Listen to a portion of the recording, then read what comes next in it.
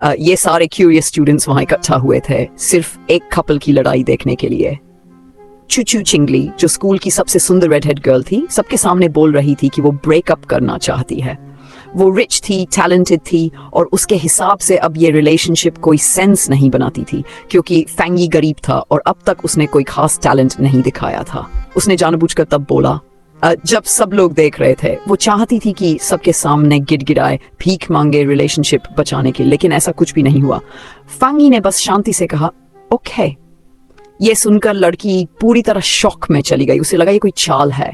गुस्से में चिल्लाते हुए उसने कहा कि फैंगी कुछ भी कर ले, फेक इंडिफरेंस दिखाए या ड्रामा करे, उसका फैसला नहीं बदलेगा। तभी एमसी ने उसकी तरफ देखा थकी हुई आंखों से और बोला कि वो टायर्ड हो चुका है और कैंपस ब्यूटी को इतना घमंड नहीं करना चाहिए। ये सुनकर वहां मौजूद हर कोई सन्न रह गया। लड़का बिल्कुल काम था और बिना पीछे देखे चला गया, ओरा पॉइंट्स फार्म करते हुए। लेकिन चुचू चिंगली और बाकी लोग नहीं जानते थे कि फंगी अब पहले जैसा नहीं रहा। सिर्फ वही जानता था कि बहुत जल्द सोसाइटी के सारे रूल्स बेकार हो जाने वाले हैं।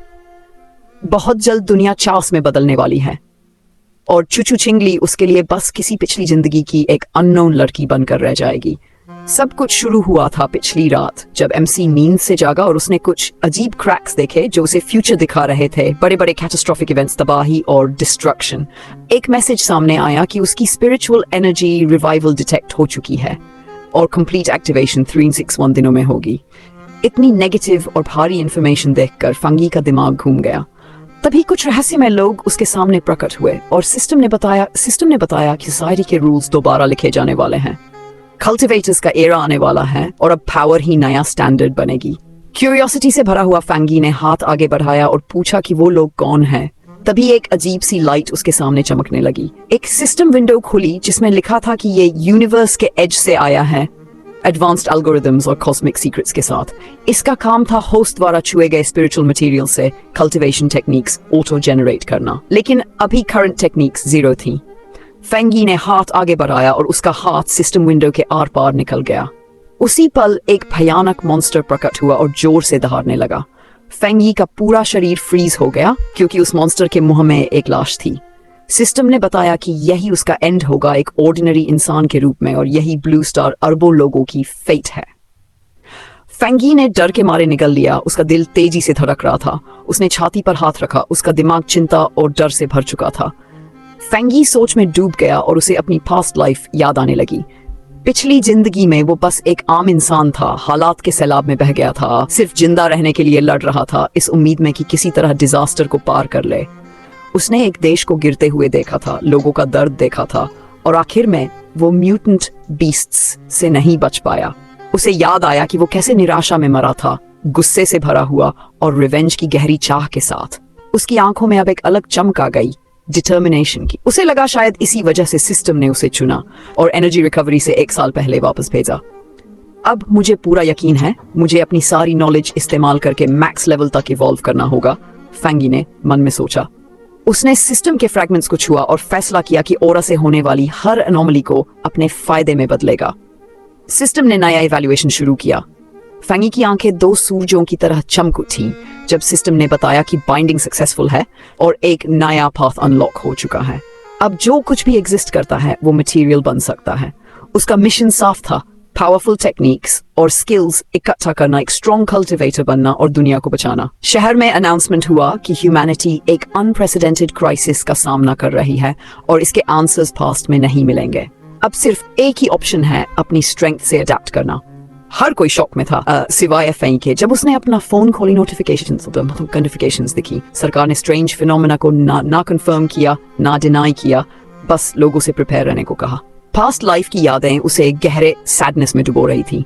उसे पता था कि ज़ाया नेशन का ये शांत और डायरेक्ट तरीका लोगों को काम रखता है और कंट्री पर भरोसा बनाए रखता है। तभी उसे सिस्टम की बात याद आई। वो किसी भी चीज का इस्तेमाल कर सकता है। इसका मतलब था कि उसे एनोमलीज की जगह जाना चाहिए। तभी उसके फोन पर एक न्यूज ने उसका ध्यान खींचा। शेंजन यूनिवर्सिटी में यूवी इंडेक्स ने सदी का हाईएस्ट रिकॉर्ड छू लिया था। इसी वजह से हीट अलर्ट जारी हुआ था और न्यू स्टूडेंट्स को सेफ्टी प्रिकॉशंस लेने और सनस्क्रीन लगाने की सलाह दी गई थी। फैंगी ने क्लाउडी आसमान की तरफ देखा, अपना यूवी मीटर एक्टिवेट किया और देखा कि रीडिंग 0 थी। वो कंफ्यूज्ड हो गया।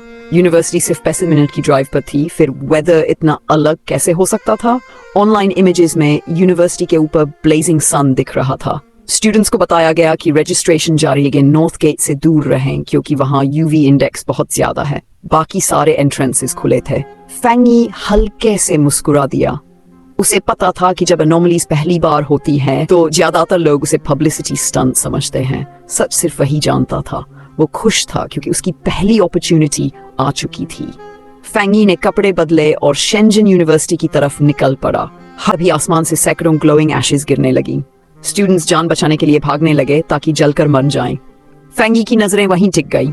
उसने फैसला किया वो इसे छुएगा।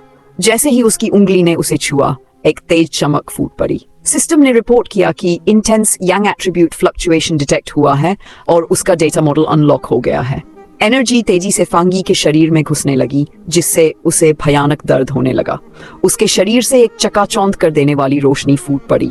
लोग आंखें ढकने लगे, डर के मारे कि कहीं अंधे न हो जाएं। उन्हें समझ ही नहीं आ रहा था कि हो क्या रहा है। उन्हें लगा ये कोई हेलुसिनेशन है। एनर्जी ने फंगी के कपड़े जलाने शुरू कर दिए। वो सिर पकड़कर तड़पने लगा, लगभग पागल सा। उसे नहीं पता था कि सिस्टम की कंपाइलेशन पूरी हुई या नहीं। उसे लगा वो मरने वाला है। तभी कंपाइलेशन कंप्लीट हुई और फैंगी ने एक यांग एट्रीब्यूट टेक्निक हासिल कर ली, गोल्डन सन ब्रीदिंग टेक्निक।